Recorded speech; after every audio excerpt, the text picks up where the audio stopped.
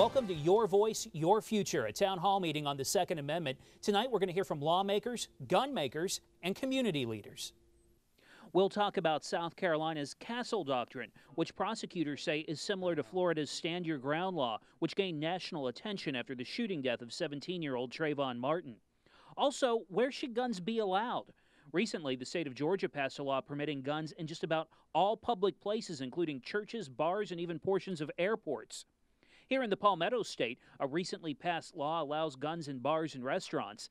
The idea is to protect yourself and others. Finally, there's the business of guns. This year, PTR Industries started producing guns in Horry County, and county leaders are working to bring more gun makers here. Tonight's discussion is going to be moderated by CW21 owner Armstrong Williams. Armstrong? And welcome back to another town hall meeting with a live audience. I'm Armstrong Williams, your moderator. And our debate tonight is about gun control. I hope it's not really a debate. I hope we can have a very substantive and understanding about guns and the roles that they play. We have representatives from all aspects of the industry, even our elected officials. So let me introduce our very distinguished panel who's come a very long way to be here today to join us.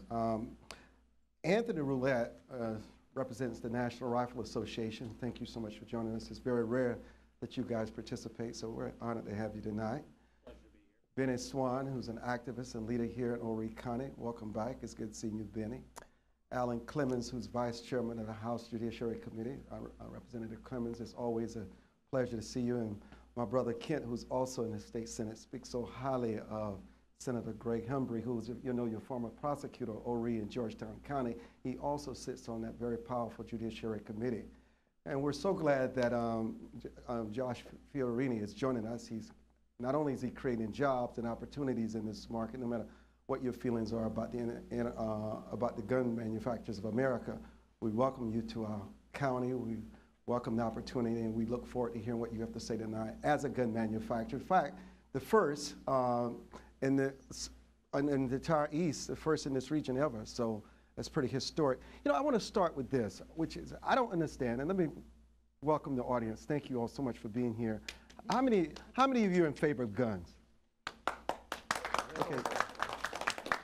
How many of you don't understand the controversy surrounding guns? Do you think there's a controversy? Yeah. Yeah. You do think there's a controversy? Yeah. Should there be a controversy? No. No. Okay. The people spoke. So listen. What is it? Let me start with you, Josh, who's president of PTR Industries. You guys moved here. Obviously, you moved here because for some reason you find this part of the world to be very friendly towards what it is that you do. Why is it different here than it is anywhere else? What are the issues? Well, for us coming from the Northeast, you know, the general attitude towards firearms was much more receptive here, and to me, you know, it's an issue of knowledge and education. You know, I think when you're in a more urban environment versus a more rural environment, you have people who have less experience with firearms. You know, they don't encounter them growing up, they don't see them in their daily lives, and they don't, and they're more susceptible to negative opinions. Whereas, you know, when you move to an area where, you know, there's a history of a culture of firearms and hunting and sport shooting, and you have, you know, people who know what guns are and how to use them safely, you know, that you can have a much more logical approach to the issue of guns. You know, Senator Henry, to us, and I think I would speak for most everyone in here, to us this is just common sense. It is common sense when you look at what happened in Newtown, Connecticut, when you look at what happens with kids in the classrooms. It just makes sense that you lessen the danger and the harm to those kids if you have someone within that building who's well-trained, who understands guns, respects guns, and have the discipline and the wisdom to know when to use them and when not to use them. It seems to me it just makes more sense than not having someone ever there, not even in the on the facility, knowing what the outcome possibly is. How can someone, a right-thinking person, how can you make an argument against having someone in the classroom. There's no gun zones. How does that make sense? Well, Armstrong, I couldn't agree with you more that having someone that knows how to handle firearms within a school can prevent a real tragedy. Sadly, we have had a case in Horry County several years ago. I was the solicitor when that case came up, that a student was determined to kill a large group of his classmates. He stole a gun from one of his parents.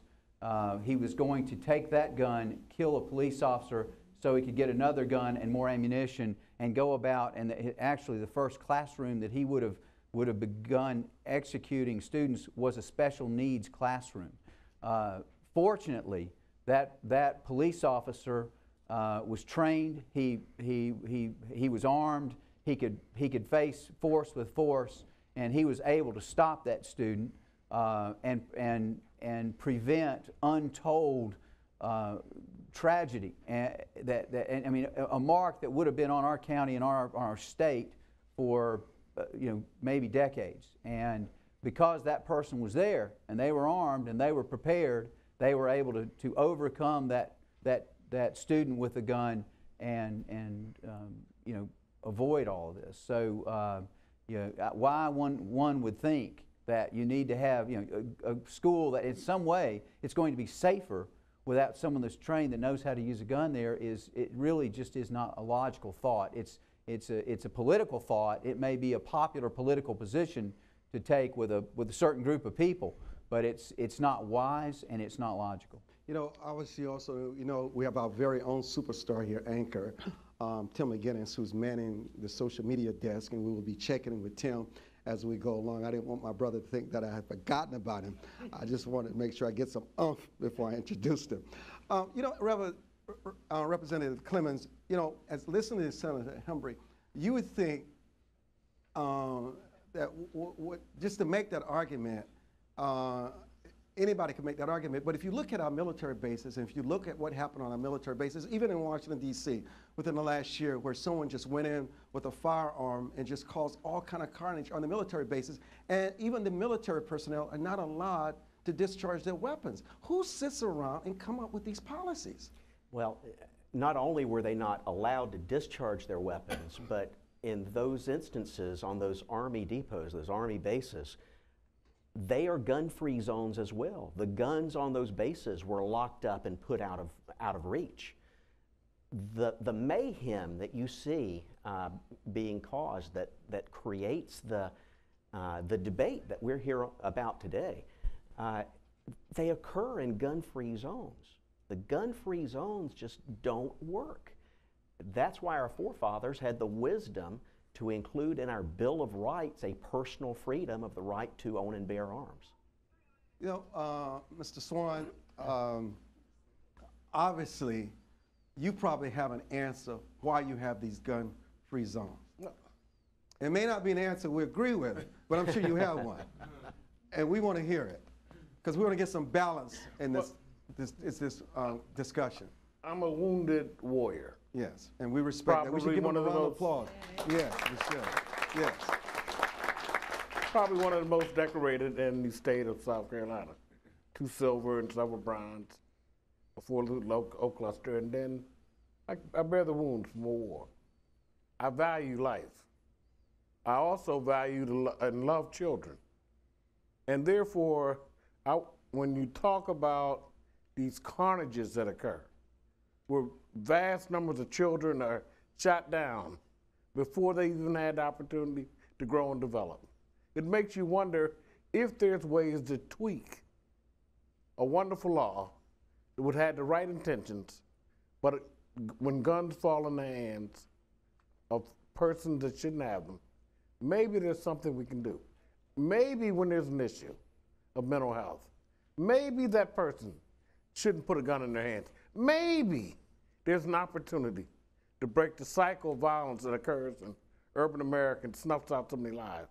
Let us not be so hardened on a law that we don't take the time to look at it and assess it and see what may be done differently without taking the guts out of it. That's reasonable. That is reasonable. Thank you. because that's what we want to do. I think we all have the same goal, and if we can save any life, any innocent life, this is what we want to do. You know, Mr. Roulette, you represent. And I'm sitting next to NRA.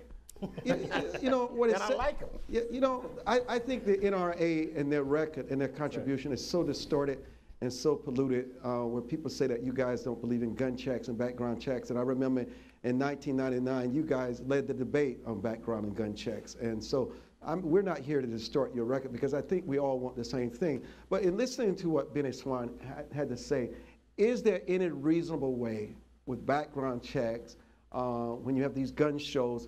Is there more that we can do to at least keep guns out of the hands of the mental unstable and criminals who should not have guns in the first place? Well, yeah, and actually we've been working very closely with the federal government and with state legislatures throughout the country. In South Carolina just last year, we worked with the Attorney General's office to make sure that the mental health records of individuals who would be prohibited under federal statute from owning a firearm are entered into the National Instant Criminal Background Check System, the NICS check, which NRA was instrumental in making sure that that was part of the federal instant check system. So yes, we agree that there are a lot of solutions out there to help address some of the problems, like mental health issues, people who should not have access to firearms. And as I said, you know, we worked with South Carolina legislature, we passed it, Governor Haley signed it, so it's now part of South Carolina law that anybody who has had a mental health issue that has that puts them on the prohibited list for having a firearm is now entered into the national database. There's also, one of the things that we made sure was also included in that was there was a mechanism to get them out of the system if the episode that put them into mental health care had passed and they are no longer considered to be prohibited from owning firearms. So they can get out of the system too. But yes, we agree that there should be a mechanism to make sure that their background can be checked and they can be prohibited, they can be stopped from purchasing firearms from a licensed dealer. We've been working very hard on that. Josh, as someone who has a gun manufacturer business, you know, isn't it true that if somebody really wants to kill you and harm you, you can get it right 1,000 times, but all it takes for them to get it right once? And somebody could use their vehicle as a weapon.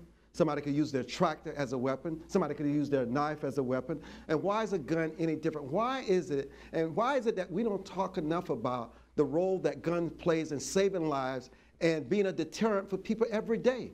Why is that not as reported? Why does that not get the kind of play and the publicity that's necessary to give balance and levity to this argument?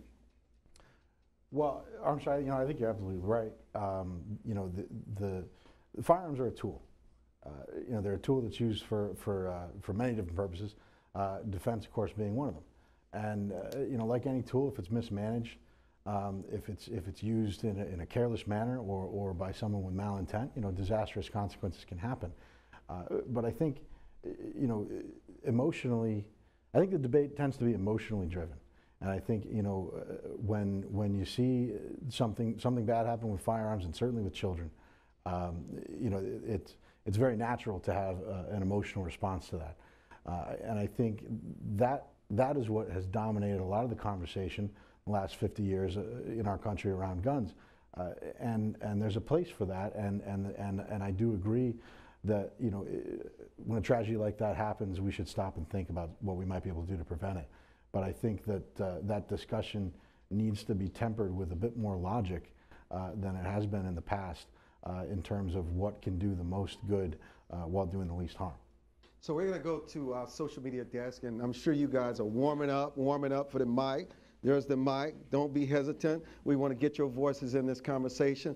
Tim McGinnis, what's going on with social media? What are you hearing across the way? Well, we're wanting to hear from you. If you can't be here tonight, but you'd like to have a question posed to the panel here or to Armstrong, go to Twitter. You can find us at Carolina Live, and you can send us your message or your question with the hashtag #YourVoiceYourFuture. You can go to Facebook. You can go to WPDE-TV Facebook page. You can send us your questions there. Just post a comment. Go to carolinalive.com. If you're streaming us, leave a comment there. I will pass the questions on to Armstrong. We'll pass them on to the panel. Please, we want to hear from you. If you don't think your voice is being represented, we want to represent it. Armstrong? Thank you, Tim. Senator Hembry, where does the controversy come from? Why is there such a movement to remove guns? And also, another issue, many people were saying to me before this debate that they're having grave difficulty buying ammunition. And they seem to think that the government is seizing their ammunition. I don't know if it's conspiracy theory or what. Are you having trouble buying ammunition? Yes. Really? Yes. Yes. Well, I guess it's the truth. Why?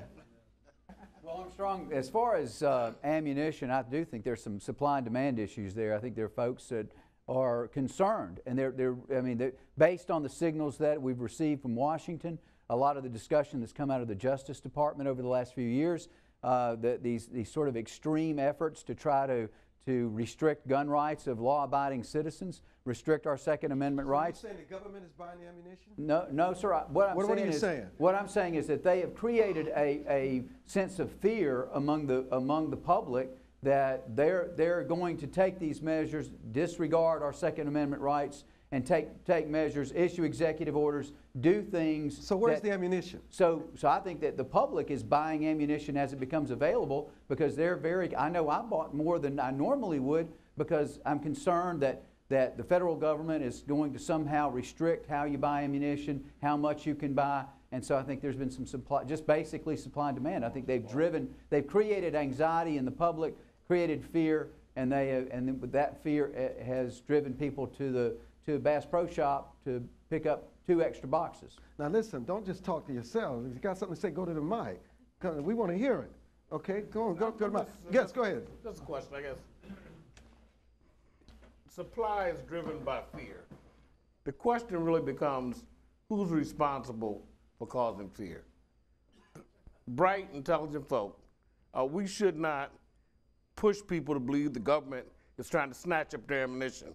Why create fear? Why create a panic? Let's look at what you've done here today is fantastic. You've created a dialogue among people that have issues with the Second Amendment. Not that they want to just throw the Second Amendment out, but because they got issues. And we ought to be able to sit down, think through it logically, and deal with some of those issues. The mental health should not have weapons, should not have access to weapons. But I don't think the federal government is trying to take anything away. Each time the communities responded. Wait a minute, hold on. Wait a minute. So Anthony? Yes, sir. You're with the NRA. I am. You should have some insights that no one else has. Do you believe the government is trying to confiscate as much ammunition as possible? I don't think that the government is trying to confiscate ammunition. I think there are certain branches within the government that have bought up large supplies of ammunition for whatever their purposes are. No, wait. You just can't put that out there without explaining. Well, why would the training. government, for training? Yeah. So it's not conspiracy. No, they have good use for it. No, I'm not saying it's conspiracy. But I do think that what Senator Embry said was very accurate in that there's a lot of folks out there who are concerned, and rightfully so, that their rights as gun owners, their rights as law-abiding citizens, and their ability to procure firearms and ammunition are in jeopardy. By the government?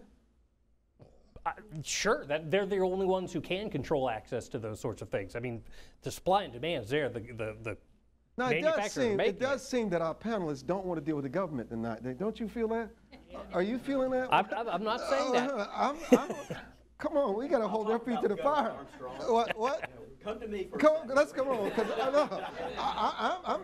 What I expected. Go ahead, Alan. Hey, Armstrong, there's no question in my mind that law enforcement within the government has mushroomed exponentially within our country. Right here in our own state, I just learned recently that the Department of Health and Environmental Controls in South Carolina has its own SWAT team. Department of Health and Environmental Controls, DHEC. Does DHEC need a SWAT team? Restaurant might get a D rating. They might. We might need some policing powers at our sewage disposal sites. I think that exemplifies what we see going on in the country. I think law enforcement around the country, particularly since 9/11, has mushroomed in this country. And I think that mushrooming has played a large part in the supply and demand problem we've got with ammunition in the country. But are we saying that the government is playing a role to limit the amount of ammunition that everyday Americans can buy? No, No, that's the question. I don't know the answer to that. My suspicion Your is... personal opinion. My suspicion is that there are those within the government that are pleased that the supply is decreased over what it used to be. Now, whether or not there's been an intentional act to decrease that availability of ammunition, I don't know. I've read accounts that that's the case, but I don't have personal knowledge. So let me raise this before I get to you. Is the Second Amendment being jeopardized? Yes. No. No, yeah. Yes, Why? I So- believe it is. How? I believe that it's being jeopardized by the federal government's attempt to pass a new, and this was after Sandy Hook. It is classic, politicians have knee-jerk reactions after terrible things happen to say we're doing something about it. Now, you take a guy that goes into a school in his mind saying, I don't care if I die. I'm going to kill as many people as I can, and I don't care if I die. There's no way to stop that guy. You can put up metal detectors. You can put a security guard at the front door, and he's going to shoot the security guard first, and then go in the door, and he's going to start shooting. If he's the right security guard, he wouldn't shoot him. Well, perhaps, but he's going to get the drop. If he gets the drop on him, he will. Right. Therefore, you can't stop a crazy person. That's just the reality of living in a free society. So all these efforts, all this talk by the current administration about new gun laws, about how we have to pass a new version of laws restricting lawful gun ownership, were driven by a crisis someplace. And every time this happens, it waters down the Second Amendment is what you're saying. Well, it's an attempt to. But Now, is it watering it down? well, if it's not successful, it doesn't. Has it watered it down? It did not water it It down did not last water year. it down. It didn't water it down last year because the effort by the federal government failed. I mean, the pushback came from law-abiding citizens and the current So they administration. backed off? They backed off. They backed off for a little while. It absolutely watered down the Second Amendment they did. rights to the people that lived in Connecticut, That's true. like Josh. That's true. Right. At state level. Absolutely at the state level. It decreased the ability. They created a registry where you are a criminal today in Connecticut as a result of the law that was passed that ran his business out of business in Connecticut, that requires every legal gun-owning individual in that state to register their weapons with the government, with state government.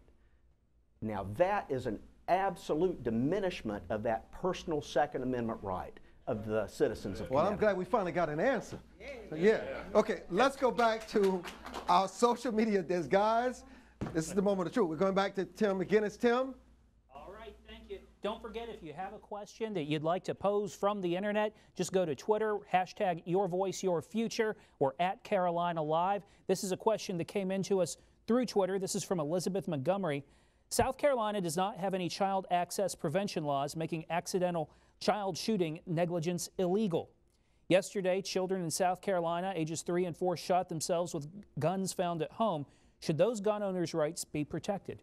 That question, I think, goes to just about anybody on the panel there. Well, first of all, it's tragic when something like that happens. You know, I think it's part of the responsibility of a gun owner is to you know, care for their firearms and make sure that the access is restricted to their own family.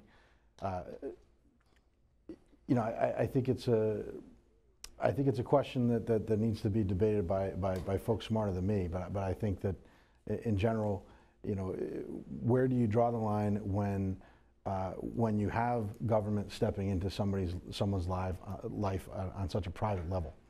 You know, in terms of restricting how they treat their own property within their own home. And I think when you're having that debate, I think that's a counterpoint that needs to be acknowledged, you know, when also considering how to prevent things like that. Senator Hembrick, quickly. You know, responsible gun owners secure their guns when there are children around. So that was an irresponsible act by an irresponsible owner. And quite frankly, they could be subject to criminal liability under current law. There are child endangerment laws that already exist in South Carolina that could be applied to that fact situation. And you could see, I don't know that passing yet another law would really solve the problem. I think that's just another, you know, kind of a knee-jerk reaction. I think you have current law that already covers that that sort of activity. And once again, responsible gun owners already know that you keep the guns locked up when you have kids around. Your voice, your future. It's your voice. Yes, in a situation like that, if a parent takes a circular saw and leaves it plugged in on a counter somewhere, a child comes over, pulls that button, you're going to have the same. You're going to have a horrific situation. I don't want to monopolize the time here, but in Israel, they had the school issue with the shootings. They put qualified armed people. It stopped. It ended. According to the information that I read, it's gone. It's over. So I think that should be held up as a viable consideration. Just a quick comment, criminals don't play by the rules. I mean, they're going to find a way, just what people are saying before, they're going to find a way to cause mayhem and havoc. They'll take a vehicle and crash it through the wall. I mean, I think a position where we're protecting from the unexpected or something that's anticipated. All these things have happened, so we can look at them historically, and we have to be prepared. And one other thing I'll finish with is fear and familiarity. As you mentioned, I didn't grow up with guns, but I become very knowledgeable as much as, like I said, my books are here with me. I'm always studying the issue, and it's a tool. It's just, you know, you can hurt yourself with a saw or any instrument. And vehicles, as far as there was mention about stopping the classes and the education, I'm not for that at all. People have to, I've been in concealed carry classes with people, they didn't know anything about a gun at all. I think these classes are requiring someone to get, and just like a driver's license, they have to have some education. I agree with the right, but I think it's similar to a driver's license. It's potentially hazardous to the public, and I think training and education is extremely important. Thank you. Thank you very much. Thank you. You know, he makes a very interesting point also. You know, the criminals and those that have access to these guns must love the gun laws that are passed. They must love the fact that they can go to your home knowing that the government is doing everything it possibly can to make sure you cannot defend yourself. I mean, and so you ask yourself, if you think about the question, is that who are the laws benefited? The very thing they're trying to stop. That's lunacy. That's exactly right. They're called criminals for a reason. They don't follow the rules. They don't play by the rules. They don't obey the laws. The only thing that more laws are going to really affect are law-abiding citizens. They'll obey it. They know the problems that may arise. You know, they understand that they can get into trouble, and they don't want to get into trouble. But the criminals don't care. But we must care. We must care for children, protect children. If the laws exist, fine. Where they don't exist, let's make sure they're in place. Is there anything that you find that the government and through the Justice Department and law enforcement are actually doing laws that keeps the guns out of hands of criminals? And many of these are repeat offenders. Is there anything, Alan? Well, certainly there are laws on the books to keep the guns out of the hands of criminals. But as Mr. Roulette pointed out, we're talking about criminals who aren't obeying the law to start with. That's why I believe, under our Second Amendment personal right that we have to own and bear arms, that every law-abiding citizen that can legally own a gun should have the right to own that gun and should have a right to carry that gun. Yes. I'm sorry. The question about carrying guns, you carry it to church, you carry it to school, you carry it to the store. Everybody carrying guns, somebody's gonna get killed. I mean, I've been in base camps where soldiers have had guns and drinking. And I tell you, it's a frightening feeling. And often it turns into disaster. And for you guys that have been out there in the war, then you know what I'm talking about. You know the danger of guns and alcohol. You know the impact and the implications of it.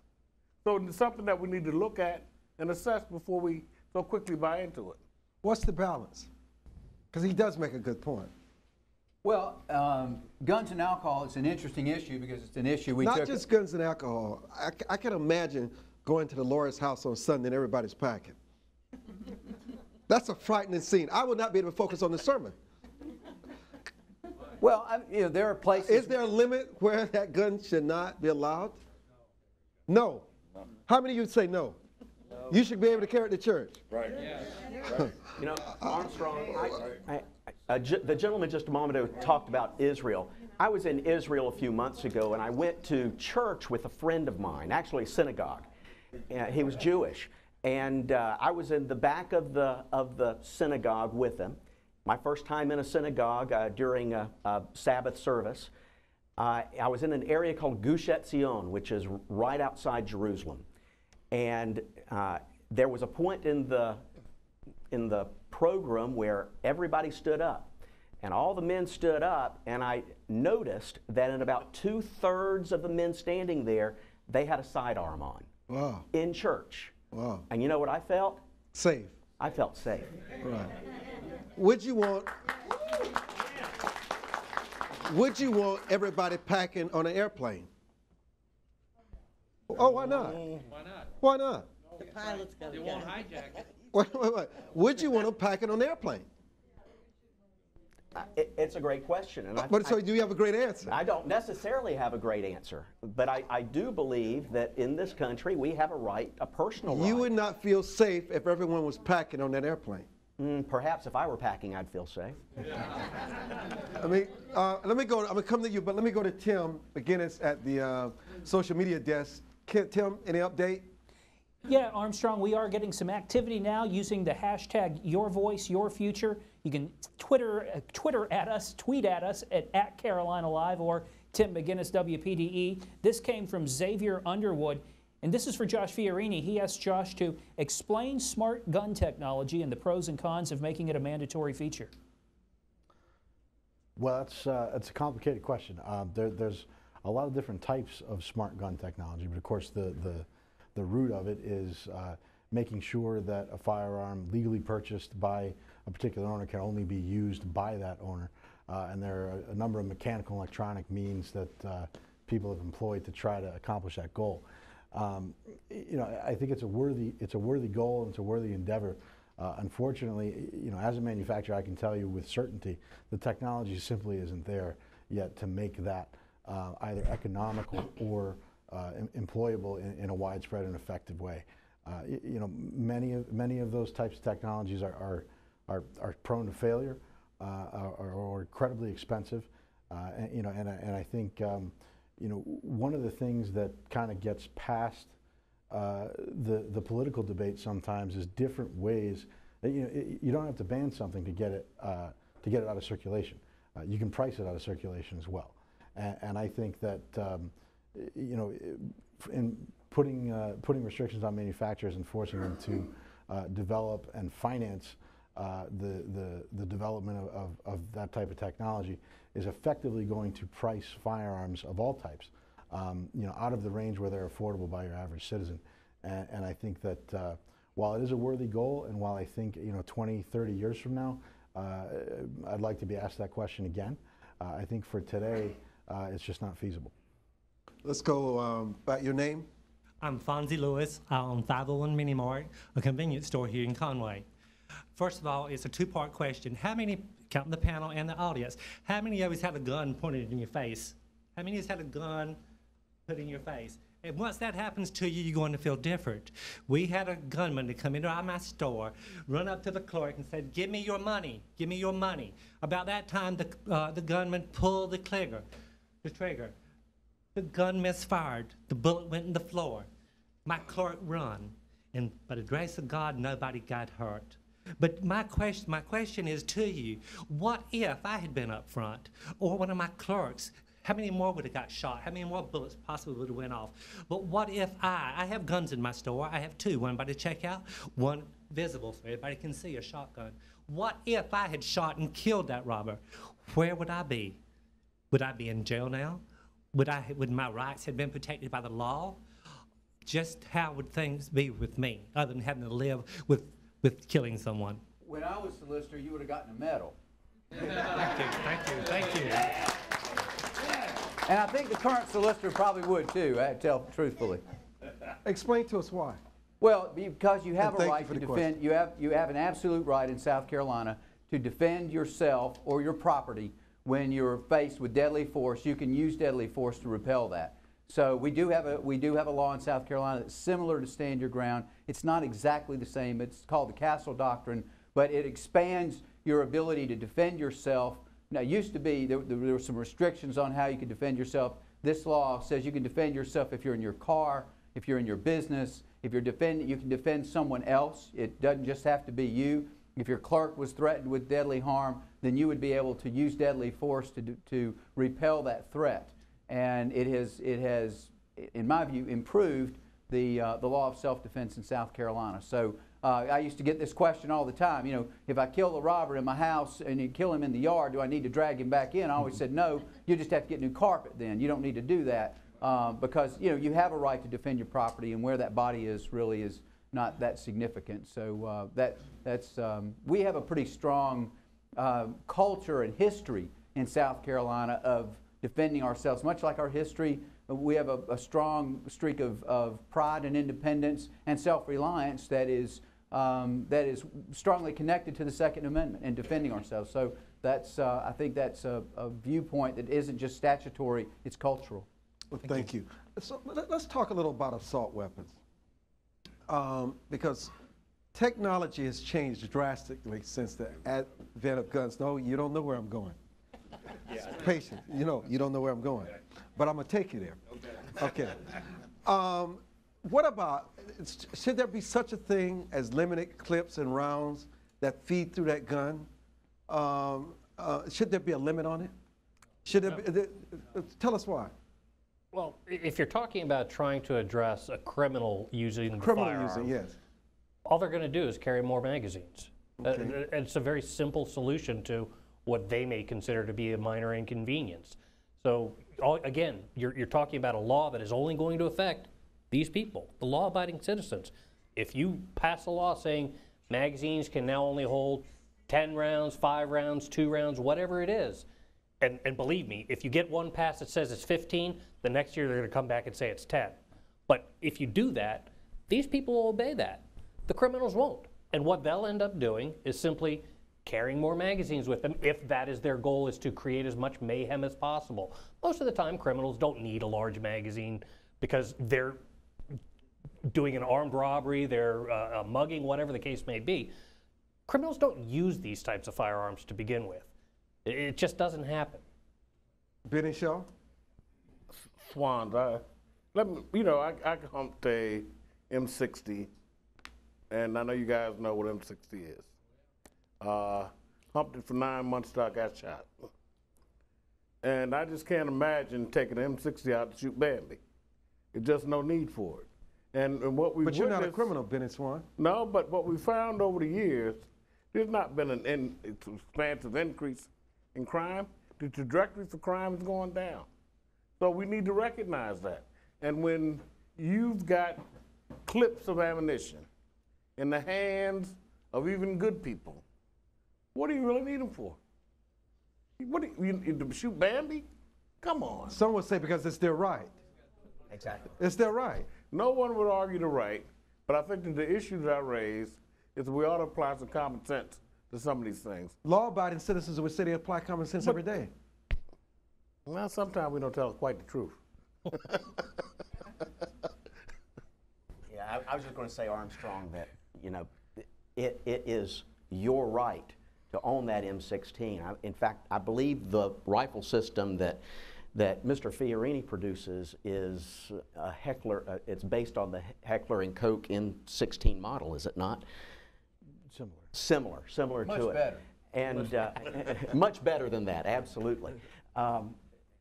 But he has hobbyist enthusiasts buying his rifle all the time. I'm proud to say I'm an owner of one of his rifles. And it's not because I'm going to go out in the jungle and hunt somebody down. I enjoy shooting the rifle. In fact, I see someone in the audience right now. I've been on his property, on his shooting range, to shoot that rifle, and had a wonderful time with it. Don't pick on Bambi. By the way, I'm so glad you're here and that you're bringing jobs. And let me say about Bambi, you know, the Second Amendment's not about hunting, Benny. Second Amendment is not about hunting. Militias, right? It is not about militias, and that's been proven by our Supreme Court, which I agree with our Supreme Court. Our Supreme Court says it's a personal right. It's a personal right, not just a militia right. You know what frightens me, though, and I've got great respect for you, Representative. Likewise, in the things that you do. But sometimes I think that we just have a responsibility to help people understand the issues.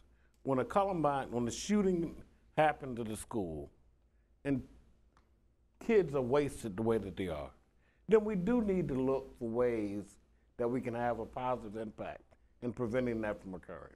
Not taking away the rights, but working with the NRA, working with a town meeting, figuring out if there's any possible way where we can avoid a tragedy that takes the lives of our children. No, everybody can sit down and work through those kind of things. It doesn't take anything away. Let's go back to the social media desk, and we'll come back to you, Josh. Tim? All right, thanks a lot, Armstrong. We are getting a lot coming into the social media desk. Remember, on Twitter, you can find us at Carolina Live. Use the hashtag #YourVoiceYourFuture over on Facebook, or News Channel 15 on Facebook. And this question comes from Facebook. This comes from Aaron Bontley. He says, will a trained former or current soldier with diagnosed or undiagnosed but perceived PTSD be considered an automatic non-compliance according to the mental health background check that was recently signed? Or anyone with PTSD, for that matter, from a retired veteran gun owner? Armstrong, I believe that question goes to our lawmakers.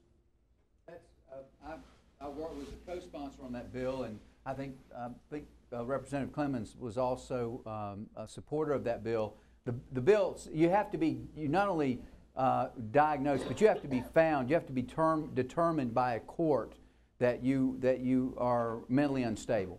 So it requires a finding, it requires due process. So somebody who's merely has issues or challenges isn't necessarily incapable of owning a firearm. I mean, that's not the standard. So the standard is you have to be proven by, and typically that's done in probate court, you have to be proven that you're mentally unstable by a court, and then at that point, those persons, or that name, would be sent into the national system, the national database. Most other states already do this. We are kind of behind the rest of the country on this, and this is an important element of that statute. If that person becomes well, if they are determined at some point in the future that they are no longer mentally unstable, that they've received treatment and they're okay, then they can go to court, and the court can remove that restriction on them and have their name taken off the NICS system. So there's a very important due process element involved before we are willing to take somebody's gun rights in South Carolina, and a due process element to restore those rights if that's appropriate. Thank you. Let's go back to our voices. My name's JR. I'm a former military veteran myself, and when you say that the M16 or somebody having that is there to kill Bambi, that's not what the Second Amendment was made for. The Second Amendment was made for, if our federal government ever gets too big for their britches, we would be able to defend ourselves against our federal government. It has nothing to do with Bambi, never has, never will, and that's why they made the Second Amendment. And the fact about it is Thomas Jefferson once said that if we were willing to give up our security, or give up our freedoms for security, that we don't deserve to have those freedoms. And I'm a big believer in that if we give up these freedoms to carry and these freedoms to protect ourselves against the government that ever gets too big, then we don't deserve to have the Second Amendment at all. So it's not about Bambi, and I just thought I'd get up and speak about that. Thank you. Is the federal government too big? Oh, yeah. I think it is. I think so. You think so? Everybody thinks so? Yeah. Too big. Yes. Early in the show, I heard a comment about gun shows. Can y'all clear up the misconception about the gun show, free buying of guns, and tell these people that it's just between private citizens, because everybody at the gun show, you have to fill out the registrations and the forms and everything. That's correct. Gun shows predominantly, the people selling guns at gun shows are licensed dealers. They're still subject to the same laws that they are in their stores when they're at the gun show. So when they're at a gun show selling firearms from their store, the purchaser still has to go through the background check, still has to fill out the federal form 4473. So the misconception that gun shows are just a flea market, if you will, buying and selling and trading guns willy-nilly is just that. It's a misconception, it's a myth. And it's being promoted by people who just have an anti-gun agenda. They want to promote more restrictions on, again, you people. Not on the criminals, but on you people. What is it that the audience needs to understand about the Second Amendment, what's going on with the gun control debate? What is it that we have not talked about in this conversation that is important for people who are on social media, watching live, and in this audience? Anybody? Well, I'd like to just let folks know, I understand that you're concerned about your rights being in jeopardy, that you hear a lot of stuff going on about what the federal government is trying to do, and I agree with you. It's very troubling and it's very concerning what some in the government are proposing. But rest assured, NRA is going to continue to work to be the roadblock against further infringements on our gun rights. And I'm happy to say that at the state level, our gun rights are advancing. We've done a lot of good work here in South Carolina. I also work in North Carolina. We've done a lot of good work there. And for the most part, throughout the country, the states are moving forward in advancing your rights as gun owners. States like Connecticut, states like New York, states like Maryland, yeah, they're having their knee-jerk reactions to things like Sandy Hook, and they're imposing new restrictions. But for the most part, your rights are advancing at the state level, and we're going to continue to work to make sure that the federal government doesn't step on your rights anymore, and if we can, to advance your rights at the federal level too. It would just seem to me that we don't want to turn our backs on a parent that's child has been shot down in this school. And that therefore they come to you with a logical argument to look at and to assess Second Amendment, then it ought not be a major issue. I can't imagine what it would feel like, what it would be like for parents to walk in to my office and say, Senator, my child's been involved in that killing. They were shot down, and I just want to find a way where it doesn't happen again. I would hope that we'd be willing to listen and think through and see if there's any way we can tweak it where those children can be made whole. What are the concerns as you, as a gun manufacturer, have today that frightens you? Well, I think, by virtue of being in the industry, we're exposed to a lot of the issues that affect not just manufacturers, but citizens as a whole. Going through the experience that we went through in Connecticut, which was I truly believe, a well-meaning process, as Mr. Swines laid out. So often the discussion gets off track, and you end up, to the point about the M16. Well, for example, there are many, many hunting rifles that are in calibers far more powerful than the .223 or .556 that the M16 shoots. And you can find them in bolt action. I mean, a 12-gauge shotgun at 50 yards is a lot more dangerous than an M16 rifle. Why do we gravitate to that as something that's perceived to be evil or to be dangerous? Well, because it's black, and because it looks dangerous, and because we see it in the movies, carried by soldiers, and we interpret it as as a tool of war as opposed to a tool of sport. When in reality that's simply a cosmetic feature of that type of weapon. And I think what we as manufacturers find has been a trend is and mostly at the state level, and as recently as 1994 at the federal level, is the focus on cosmetic features of firearms being the target of legislation, and there's nothing that as someone who does this for a living, I can tell you there's nothing that's more ineffective than focusing on a feature that makes a rifle look scary, and imposing costs and restrictions on the marketplace and restrictions on people's freedoms, for something that gains little to no advantage in safety at all. That's very insightful. Thank you. You can make a statement, or you can just ask a question, but at least give us your name. My name is Stephen Ellis. Okay, go ahead. I have two things. One is a question.